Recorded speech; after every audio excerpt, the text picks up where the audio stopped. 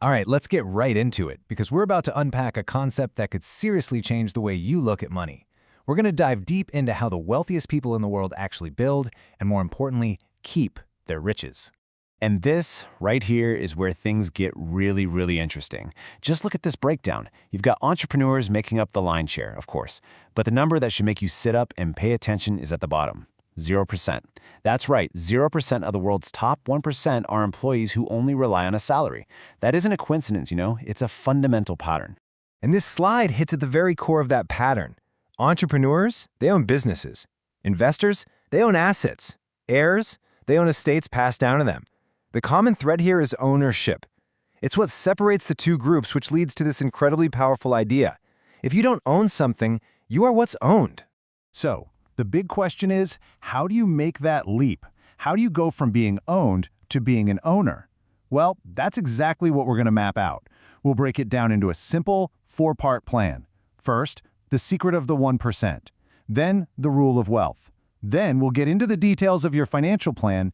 And finally, we'll talk about making that crucial shift from owned to owner. Okay, let's kick things off with part one, the secret of the 1%. This is all about the mindset, the fundamental difference in thinking that creates this massive divide. The source material talks about this trap it calls the modern slavery cycle, and it goes something like this. You work hard all month, you get that paycheck, you pay for your rent, your food, your bills, and by the end of the month, poof, it's gone. You're back to zero, which forces you to go right back to work to start the whole cycle over again. You're basically trading all your time and energy just to survive, not to actually build anything. But here's the good news. There is a way to break free, and it's not some complicated secret. It all starts with a simple but really powerful rule. These four numbers. That's it. 25, 15, 50, 10. This is the rule the host personally used to become a millionaire. And the real key here, the big takeaway, is that it's not about how much money you make, it's all about how you manage the money you have. And here's what that looks like. Think of it like this. Every single dollar you earn gets a specific job assignment. 25% is automatically sent to work on your future, for growth. 15% becomes your financial shield, for stability. 50% covers your absolute needs. And a very important 10% is for you, for rewards. Let's break down each one.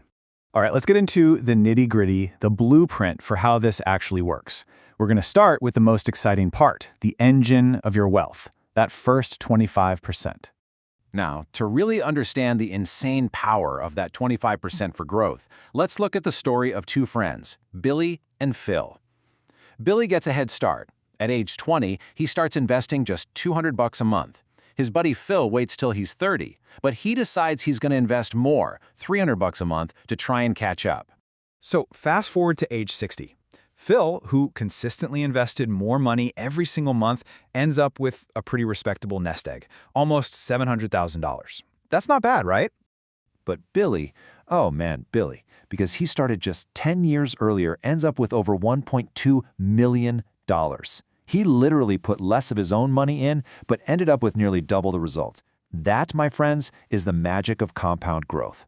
Time is your single greatest asset.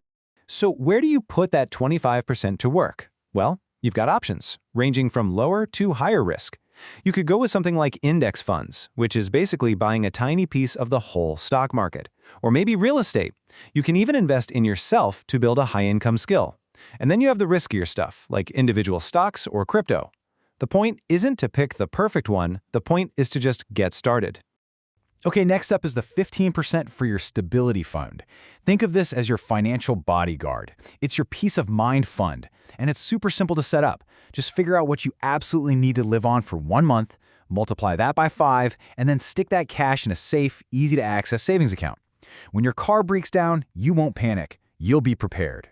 Now for the big one, the 50% for your needs. And look, this is where you have to be brutally honest with yourself. It is so easy to let our wants disguise themselves as needs. This is how lifestyle inflation or lifestyle creep gets you. As this quote says, true wealth isn't the flashy car or the designer clothes, it's what you don't see. It's the assets working for you behind the scenes. So to protect that 50%, the source gives us this brilliant little 3-question test for any purchase that isn't an absolute necessity. First up, ask yourself, is this an impulse buy? And to find out, use the 7-day rule. Just wait for 1 week. If you totally forget about it, great, you just save some cash. Okay, so you waited a week and you still really want it. Fair enough. Now it's time for question 2. Am I buying this for the brand or for the actual value? Am I just paying extra for a fancy logo and a clever marketing campaign, or am I paying for real quality that's going to last? And that brings us to the final filter, and maybe the most important one. Question 3. Will this purchase genuinely improve my life? Not will it impress my neighbors, not will it look good on Instagram, but will it actually add real, lasting value to my everyday existence? This little test can be an absolute game changer for your finances. And finally, we have the last 10% for rewards. And please, don't think of this as frivolous. This is a strategic investment in yourself. This is your guilt-free fund for experiences, for trips, for hobbies, for taking your friends out. It's what keeps you sane and prevents you from burning out. It's what makes this whole system sustainable for the long haul. And that brings us full circle to our final section, from owned to owner. Let's tie all of this together and see how this simple rule becomes your personal declaration of financial independence. So, as you can see, the 25-15-50-10 rule is so much more than a budget. It's a blueprint. It's a system that automatically forces you to pay your future self first. It builds your wealth, it protects you from emergencies, and ultimately, it's designed to buy you one thing: freedom. So look, the secret's out. The knowledge isn't hidden anymore. You have the framework. You've seen how it works. The blueprint is right here in front of you. That just leaves one final, crucial question that the source material poses to you. Now you have the rule. Will you start owning?